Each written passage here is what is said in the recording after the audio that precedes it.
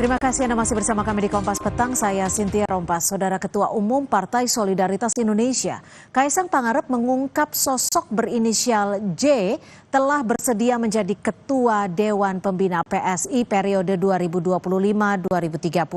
Selain berinisial J, Kaisang juga melempar clue soal sosok tersebut adalah tokoh nasional. Saya akan full mendukung PSI.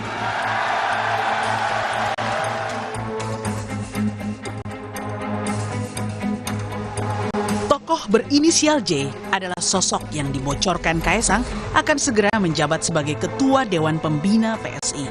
Namun saat wartawan merujuk pada sosok ayahnya Joko Widodo, Kaisang tidak menjawab. Yang seperti saya bilang, ada tokoh nasional yang akan bergabung untuk membesarkan Partai Solidaritas Indonesia. Inisial Mas J ya Mas. Sementara ya, inisial sementara yang berinisial J sudah berkenan untuk jadi Ketua Dewan Pembina. J ya Mas. J. Sebelumnya saat membuka Kongres PSI di Solo pada Sabtu 19 Juli lalu, Jokowi nyatakan dukungan penuh untuk PSI. Mantan wali kota Solo ini pun berjanji akan bekerja keras untuk PSI. Saya akan full mendukung PSI.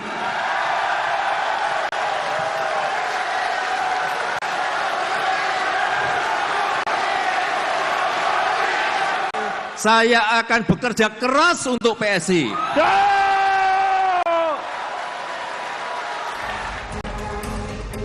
Namun, sehari usai memberikan pidatonya, Jokowi tidak memberikan pernyataan tegas maksud dari dukungan penuhnya ke PSI sebagai bukti ia menjadi bagian partai yang kini berlambang gajah itu. Bentuk dukungannya seperti apa? Dukungan penuh. Apakah sudah ada KTA? Dukung penuh. Jelas kan, dukung penuh kan jelas. Full mendukung. Artinya full penuh memberikan dukungan. Kalau full mendukung artinya ya harus bekerja keras. Kalau menjadi Dewan Pembina apakah Bapak? Ditanyakan ke PSI. Sudah diminta Mas Kaisang belum Pak? Gimana? Untuk dari Dewan Pembina ke PSI? Dalam 1 bulan ke depan, Kaisang akan segera mengumumkan struktur Dewan Pimpinan Pusat PSI. Tak hanya itu, teka-teki sosok inisial J juga akan diumumkan ke publik. Tim Liputan, Kompas TV. Menanggapi isu bergabungnya Jokowi ke PSI, Ketua DPP PD Perjuangan Ganjar Pranowo bilang, ia menghormati keputusan Presiden ke-7 RI itu, bergabung dengan partai manapun. Belakangan, Jokowi santer disebut akan menjadi Ketua Dewan Pembina PSI. Apalagi putra bungsu yang juga Ketua Umum PSI, Kaisang Pangarep, menyebut sosok inisial J akan menjadi Ketua Dewan Pembina partainya. Kan Pak Jokowi dikabarkan akan jadi pimpinan di PSI, ada tanggapan Pak Soe? Saya menghormati siapapun warga negara untuk memilih partai manapun. Tapi dengan masuknya Pak Jokowi, Pak, Tidak pakai tapi kan, menghormati itu tidak ada tapi. artinya tetap menghormati semua keputusan di Semua PSI. siapapun termasuk Anda. Setelah Jokowi tegaskan mendukung penuh dan akan bekerja keras untuk PSI, kini sang putra bungsu yang juga Ketua Umum PSI Kaisang Pangarep menyebut inisial J akan menjadi Ketua Dewan Pembina partainya. Lalu seberapa besar kemungkinan Jokowi akan masuk dalam struktur PSI? Kenapa PSI terkesan malu-malu untuk mengajak Jokowi bergabung? Apa yang ditimbang PSI dan apa yang ditimbang Jokowi? Kita bahas bersama analis politik dari Parameter Politik Indonesia, Adi Prayitno. Mas Adi, membaca gaya komunikasi politik Jokowi setelah lantang bilang akan dukung partai PSI dan akan menjadi partai besar di 2034. Makanya ia akan bekerja keras untuk PSI. Ini kode dari Jokowi untuk gabung di PSI dalam strukturnya?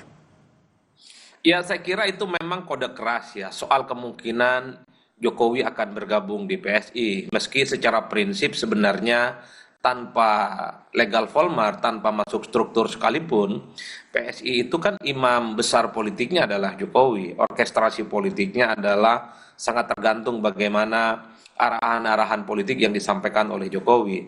Tapi kalau boleh kita menebak sebenarnya, siapa sebenarnya sosok berinisial J yang dimaksud oleh Kaisang sudah bersedia didapuk sebagai Ketua Dewan Pembina PSI, kemungkinannya dua hal. Pertama adalah Pak Jokowi, yang kedua adalah Pak Jeffrey Giovanni.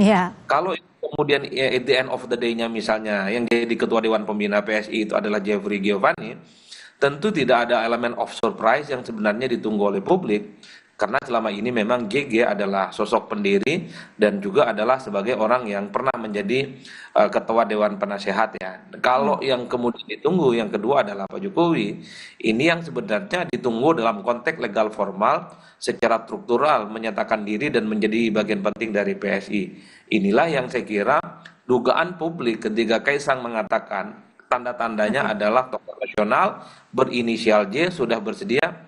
Publik itu menduga akan mengarah kepada Pak Jokowi bersedia sebagai ketua Dewan. Karena sebelumnya memang Jeffrey Giovanni sudah menjabat sebagai ketua Dewan Pembina. Seandainya Jokowi menjadi ketua Dewan Pembina PSI, apakah Jokowi masih punya istilahnya bargaining politik yang kuat? Mengingatkan kita tahu bahwa PSI tak lolos di parlemen. Ya, saya kira secara prinsip PSI itu punya keyakinan yang cukup kuat bahwa Jokowi itu adalah sebagai sosok yang punya pengalaman politik yang cukup panjang dan tidak pernah kalah pemilu. Di Solo menang wali kota, di Jakarta pernah jadi gubernur, kemudian menjadi presiden 2 periode. Meski kemenangannya itu tentu tidak bisa dilepaskan dari relawan-relawan dan partai pendukungnya seperti PDIP. Tapi sepertinya bagi PSI, apapun yang terjadi bahwa Jokowi itu masih dinilai sakti, masih dinilai punya magnet politik yang cukup signifikan. Karenanya wajar kalau kemudian beberapa waktu yang lalu kita mendengarkan bagaimana Jeffrey Giovanni mengatakan bahwa kalau perlu harus nangis-nangis supaya Pak Jokowi dan keluarga besarnya harus menjadi bagian dari PSI. Itu kan menegaskan bahwa kiblat politik, imam politik, ideologi politik yang ingin dibangun oleh PSI tak lain tak bukan hanyalah Pak Jokowi. Makanya tidak mengherankan ketika Kaisang menyebut inisial J, tokoh nasional, itu sebenarnya publik menerka. Konfirmasinya adalah Pak Jokowi bukan yang lainnya. Tapi Mas Adi, kalau Pak tapi Mas Adi kalau dilihat di sini siapa sebenarnya yang lebih akan diuntungkan? Apakah Pak Jokowi sebagai bentuk kendaraan mesin politiknya atau justru PSI untuk mendongkrak PSI menjadi partai besar seperti yang diinginkan Pak Jokowi pada 2034? Ya, saya kira PSI menang banyak, apapun judulnya. Jokowi ini kan punya nama besar, mantan presiden, popularitasnya masih cukup kuat, sekalipun misalnya approval rating dan tingkat kepuasannya itu secara perlahan itu menurun. Tentu ini tidak terlepas karena posisi Jokowi bukan lagi sebagai presiden, tapi sepertinya PSI tetaplah punya keyakinan bahwa apa yang dimiliki oleh Pak Jokowi selama ini, pengalaman politik, magnetnya yang dinilai masih cukup kuat, itu diharapkan akan semakin bertuah misalnya di 2029 nanti. Meski publik juga tahu bahwa sebenarnya PSI mengidentifikasi dengan Jokowi itu sejak pemilu 2024 yang lalu, dan saat itu juga ternyata PSI nggak lolos ke parlemen. Apalagi saat ini setelah tak lagi jadi presiden, itulah yang saya sebutkan. Ini semacam perjudian politik, pertaruhan politik Jokowi setelah tak lagi jadi presiden, tak lagi bersama dengan PDIP. Apakah kesaktiannya itu akan tetap kuat ataukah justru sebaliknya akan semakin berkurang dan tidak akan ada signifikansinya? Mas Adi, jika Anda tadi menyebut ada 2029, ada juga kekuatan dan kesaktian Pak Jokowi menurut Anda. Apakah nantinya ke depannya akan ada partai-partai lain yang merasa terancam jika Pak Jokowi resmi masuk dalam struktur PSI? Secara prinsip semua partai itu saling bersaing, pemilihnya juga saling beririsan. Tapi kalau saya membaca angka-angka politik dan kalkulasi secara umum, terutama pemilu pasca reformasi 99 hingga 2024, saya kira sistem partai politik kita dalam konteks pemilih-pemilih partai itu relatif solid. Misalnya pemilih PDIP tetap solid, sekalipun kurang misalnya sekitar 1 atau 2%. Itu di 2024 kurang kan, kemudian kemarin PDIP. Begitupun dengan Golkar, begitupun dengan Gerindra, begitupun dengan PKB, Nasdem, kemudian Demokrat dan seterusnya. Pemilih-pemilihnya relatif cukup solid. Itu artinya apa? Untuk mencari dan menyasar pemilih-pemilih partai politik yang memiliki basis konstituen yang rumit, sebenarnya sulit bagi partai-partai politik yang baru untuk mendapatkan dukungan politik secara signifikan. Untuk kerja keras yang harus ditunjukkan kepada publik. Nah, yang kedua, Cynthia, yang ingin saya katakan adalah ada kecenderungan partai-partai politik baru, terutama yang tidak lolos ke parlemen, pemilihnya itu tidak pernah naik secara signifikan. Justru kalau kita hitung pemilu pasca reformasi hingga 2024, perolehan suara partai-partai yang tidak lolos parlemen itu ada kecenderungan menurun memang secara signifikan.